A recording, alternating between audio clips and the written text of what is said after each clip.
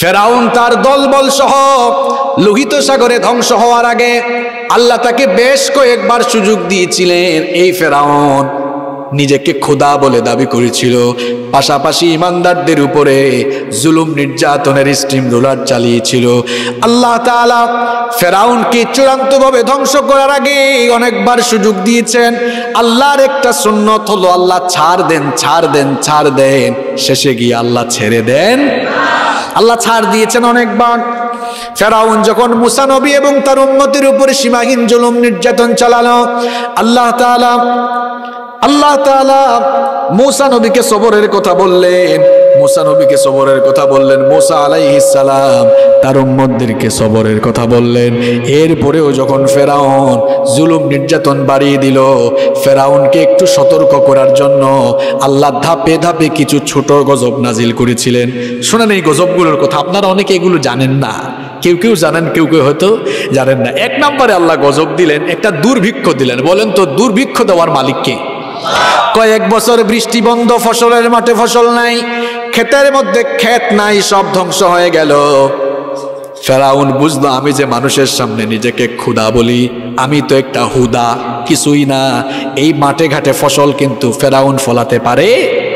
মাঠে ঘাটে ফসল যে ফলে এগুলো দান করেন কে? ফেরাউন তখন মুসা নবীকে দাওয়াত দিল, দাওয়াত দিয়ে বলল, গো মুসা, তোমার রবের কাছে অ্যাপ্লিকেশন করো, দোয়া করো, তিনি যেন এই দুর্ভিক্ষ উঠায় নেন, আমি এবং আমার দলবল সাঙ্গপাঙ্গ সবাই ভালো হয়ে যাব। মুসা নবী আল্লাহর কাছে দোয়া করলেন, দুর্ভিক্ষ দিয়েছেন যিনি উঠাইয়া নিতে পারেন। আল্লাহ তাআলা দুর্ভিক্ষ উঠায় নিলেন। দেখা গেল ফসলের মাঠে ফসলের সমারোহ, মাঠে ঘাটে ফসল আর ফসল, চতুর্দিক যখন ফসলের সমারোহে ভরে গেল, ফেরাউন তার দলবল কেউ ঈমান আনে নাই, যেই লাউ সেই। আবার তারা পাপাচার, সীমালঙ্ঘন আর জুলুমের মধ্যেই লিপ্ত রইল। আল্লাহ আর একটু সাবধান করার জন্য যখন ফসলের মাঠে ফসল হলো, এই যে ফসলের মাঠে ফসল এক রাতের ভিতরে সব ধ্বংস করে দিতে পারেন কে? আল্লাহ এবার বন্যা একটা দিলেন, এক বন্যায় সব ভাসায় নিল। ফেরাউন বুঝলো কারবার, আবার মুসা নবীকে দাওয়াত দিল, দাওয়াত দিয়ে বলল, মুসা আল্লাহর কাছে দোয়া করো, তিনি যেন গজবটা উঠায় নেন। তিনি যদি গজবটা উঠায় নেন তাহলে আমরা কিন্তু এবার ভালো হয়ে যাব। যখন আল্লাহ এই গজব তুলে নিলেন, দেখা গেল আবারও ফসলের মাঠে ফসল, মাঠে ঘাটে ফসলের সমারোহ। এবার যখন আবার ওই অবস্থা দেখলো, যেই লাউ সেই কদু, এরা ভালো হলো না, ঈমান আনলো না, জুলুম নির্যাতন আরো বাড়িয়ে দিল। বলেন তো আল্লাহ আবারও চাইলে গজব দিতে পারেন কিনা? 3 নাম্বার আল্লাহ পঙ্গপালের গজব দিলেন। পঙ্গপাল এরা এসে ফসলের মাঠের সকল ফসল খেয়ে ফেললো। এবার গজবের মাত্রা আর একটু বাড়লো। দেখা গেল তাদের ঘর বাড়িতে যে ফার্নিচার আসবাবপত্র যা আছে, খাট পালং চেয়ার টেবিল ফার্নিচার, সবগুলো পঙ্গপাল এসে খেয়ে ফেলতে লাগলো। এবার ফেরাউন মুসা নবীকে ডেকে বলল, মুসা আল্লাহর কাছে দোয়া করো, তিনি যেন গজবটা তুলে নেন। এবার যদি গজবটা উঠায় নেন, ঈমান আনবো, ভালো মানুষ হয়ে যাব। পঙ্গপালের গজব আল্লাহ তুলে নিলেন, কিন্তু ভালো হলো না। 4 নম্বরে আল্লাহ উকুনের গজব পাঠালেন। উকুন বুঝেন আপনারা? এখন উকুন তো খালি মাথায় না হয়, কিন্তু আল্লাহ এত উকুন পাঠালেন, উকুন তাদের পুরা শরীরে কামড়া কামড়ি শুরু করলো, এমন শুরু হয়েছে। এখন ফেরাউন কয়, মুসা উকুনের জ্বালায় আমরা বাঁচি না, আল্লাহর কাছে দোয়া করো, তিনি যেন এই গজবটা উঠান। এবার এই গজবটা তুলে নিলে আমরা ভালো হয়ে যাব। দেখেন আল্লাহ কত সুযোগ দিয়েছে। উকুনের গজব আল্লাহ তুলে নিলেন, এরা ঈমান আনলো না, সীমালঙ্ঘন পাপাচার আর জুলুমেই লিপ্ত রইল। 5 নম্বরে আল্লাহ ব্যাঙের গজব পাঠালেন। ব্যাঙ কি আপনার কথা শুনে না, আল্লাহর কথা শুনে? যেখানেই ফেরাউন বসে সেখানেই ব্যাঙের স্তূপ হয়ে যায়। যখন ঘুমায় নাকে মুখে ব্যাঙের লাফালাফি, চতুর্দিকে ব্যাঙ আর ব্যাঙ।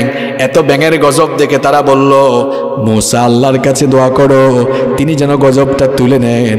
এবার যদি তিনি গজবটা উঠায় নেন আমরা ভালো হয়ে যাব। আল্লাহ গজব তুলে নিলেন, কিন্তু এরা ঈমান আনলো না, শিরক কুফর অবাধ্যতা আর জুলুমের মধ্যেই লিপ্ত রইল।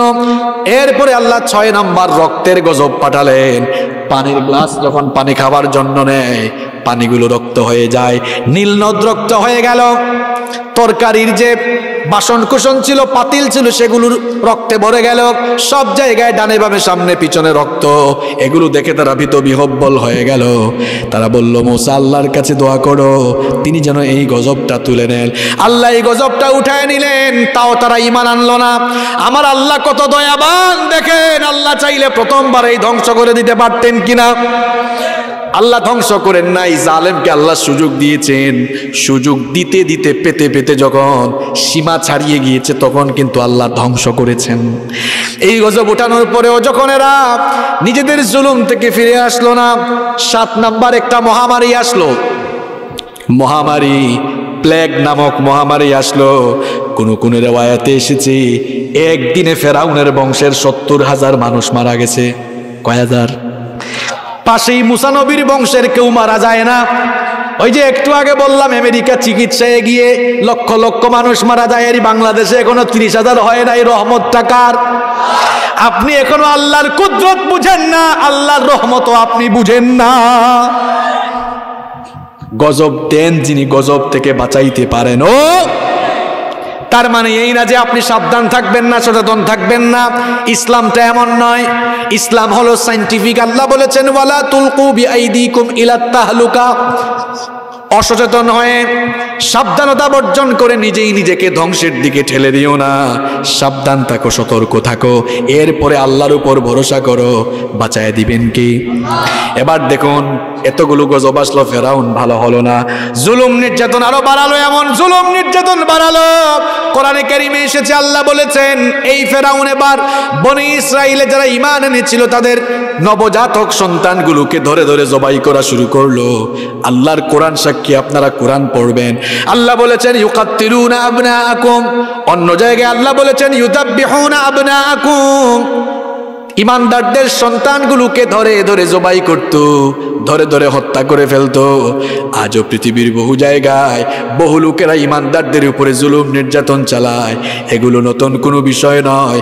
যারা ইমানদারদের উপরে আল্লাহর দিন মেনে জীবনযাপনের কারণে ইমানদারদের উপরে জুলুম নির্যাতনের স্টিম রুলার চালায়, এরা হলো সব এই পৃথিবীর বর্তমান যুগের ফেরাউন।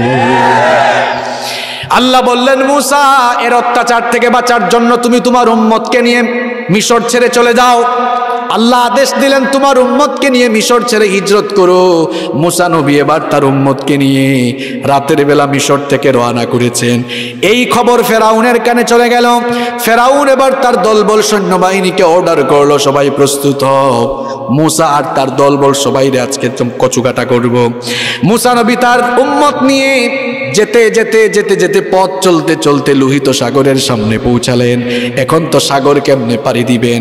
পেছনে হঠাৎ করে তার উম্মতের লোকেরা তাকায় দেখে পেছনে কার বাহিনী? মুসা নবীর উম্মত কিছুটা ঘাড় তেরা ছিল, একটু বেসবর ছিল। এরা বলল, মুসা কোথায় আমাদেরকে নিয়ে যাও? এখন তো সামনে সাগর, পেছনে ফেরাউনের বাহিনী। সামনে গেলেও মরবো, পেছনে গেলেও মরবো, কোন জায়গায় আমাদেরকে নিয়ে আসলা? বলেন তো, মুসা নবী নিয়ে আসছেন নাকি আল্লাহর আদেশে আসছেন? ইমানটা কেমন দেখেন। আমরা অনেক সময় ইমানের পথে চলতে চলতে দেয়ালে যখন পিঠ থেকে যায় আমরা বেসবর হয়ে যাই। মনে রাখবেন, ইমানদার কখনো বেসবর হতে পারে না। যেখানে সব কিছু অন্ধকার থাকবে, অন্ধকারের মধ্যেও আলোর রাস্তা দেখাতে পারেন কি? মুসা নবী বললেন, কাল্লা ইন্না মাইয়া রব্বি সায়াহদিন। কখনো নয়, আমরা একা নই, আমাদের সঙ্গে সবচাইতে শক্তিশালী যিনি আছেন তিনি কে? বললেন, আল্লাহ আমাদের সাথে আছেন। ফ্রাস্ট্রেট হয় না, হতাশ হয়ে যাও না। মুসা নবীর এই ঈমানি চেতনা, এই কথা যখন তিনি বললেন খুশি হয়ে গেলেন কে? আল্লাহ বললেন, মুসা তোমার হাতে এটা কি? মুসা নবী বললেন, আল্লাহ গো আমার হাতে তো হলো লাঠি। আল্লাহ বললেন, এই লাঠির কারিশমাত সবাই দেখবে, লাঠি দিয়ে তুমি আঘাত করো। মুসা নবী যখন লাঠি দিয়ে আঘাত করলেন, সাগরের মাঝখান দিয়ে এবার রাস্তা বানায়া দিলেন কে? সাগরের মাঝখান দিয়ে রাস্তা হয়ে গেল। মুসা নবীকে আল্লাহ বললেন, তোমার উম্মতকে নিয়ে এবার ওই রাস্তা দিয়ে চলে যাও। সবাই এবার রাস্তা দিয়ে চলাচল শুরু করলো। এইদিকে ফেরাউন এসে দেখে, খায় হায়, এই কারবার কেমনে ঘটলো? সাগরের মাঝখান দিয়ে রাস্তা আবার হয় কেমনে? এখন সবার সামনে সে একটু ভাব নিল, পাঠ নিল। একটু পার্ট নিয়ে বলো, দেখছো আজ আমি ফেরাউন ক্ষুধার ভয়ে সাগরের মাঝখান দিয়ে রাস্তা হয়ে গেছে। নাউযুবিল্লাহি মিন। ফেরাউন এবার তার দলবলকে বলল, দাঁড়ায় আছো কেন? মার্চ অন দ্য স্ট্রিট, চলো সবগুলাকে ধরো। মুসা নবী তার উম্মতকে নিয়ে যখন ওই পারে চলে গেলেন, উম্মত পেছনে এবার তাকায় দেখি পেছনে কিন্তু রাস্তা দিয়ে ফেরাউন এবার আসতেছে। বলল নবী মুসা, পার হয়েও তো লাভ হলো না, ওইদিকে তো দেখা যায় ফেরাউনও তার দলবল নিয়ে আসতেছে। মুসা নবী বললেন, বেসবরের দল সবগুলো আগে উঠো, তারপর কারিশমা দেখো। সবাই যখন ওই পারে চলে আসলো, বললেন তো দেখি সাগরের মাঝখানে রাস্তা তৈরি করে দিয়েছিলেন কে? এবার রাস্তাটা চাইলে ভ্যানিশ করে ধ্বংস করে দিতে পারেন কে? ফেরাউন তার দলবল নিয়ে যখন লোহিত সাগরের একেবারে মাঝখানে আসলো, আল্লাহ তাআলা এবার সাগরের দুই পাশের পানিকে আবারও এক করে দিলেন। যেই ফেরাউন তার দলবল নিয়ে এত বছর ধরে, বছরের পর বছর ধরে, যুগের পর যুগ ধরে এত ক্ষমতা, এত দাপট দেখিয়েছিল, ওই ফেরাউনকে তার দলবল সহ সাগরের মধ্যে এবার নাকানি চুবানি খাওয়াচ্ছেন কে? পানি খাইতে খাইতে যখন জান যায় যায় অবস্থা, তখন সে কি বলল শুনেন। কোরআনে কারিমে সূরা ইউনূসের 90 নম্বর আয়াত থেকে কিন্তু এই ঘটনাটা সুন্দর করে এসেছে। হাত্তা ইযা আদরাকাহুল গরক ক্বালা আমানতু আন্নাহু লা ইলাহা ইল্লাল্লাযী আমানাত বিহি বানু ইসরাঈল ওয়া আনা মিনাল মুসলিমিন। সে বলল যখন পানি খেয়ে খেয়ে যান যায় অবস্থা, আল্লাহ আমি ভালো হয়ে গেছিল, এই বনি ইসরাইল যার উপর ঈমান আনছে আমিও তার উপর ঈমান আনছি। এটা কি টাইম হয়েছে আর ঈমান আনার? আল্লাহ বললেন, আল আন, এখন, ওয়াকাদ আসাইতা ক্বাবলু ওয়া কুনতা মিনাল মুফসিদিন, তুই তো এর আগে বড় ফাসাদ সৃষ্টিকারী ছিলে রে, তোরে বহু ছাড় দিয়েছি, আর ছাড়। আপনারা পড়াশোনা করবেন, বেশি বেশি পড়বেন, যান্ত্রিক হয়ে যাবেন না। এখন তো সবাই যান্ত্রিক, সারাদিন খেলে যুবকরা ফেসবুকে স্ক্রলিং করে। যুবকরা একটু পড়বা, কোরআন হাদিস পড়ে দেখবা পৃথিবীতে যে সকল মানুষেরা, যে সকল লোকেরা ইমানদারদের উপরে জুলুম করেছে, মরার আগে সব কয়টাকে আল্লাহ সাইজ করে করে দুনিয়া থেকে বিদায় করেছে।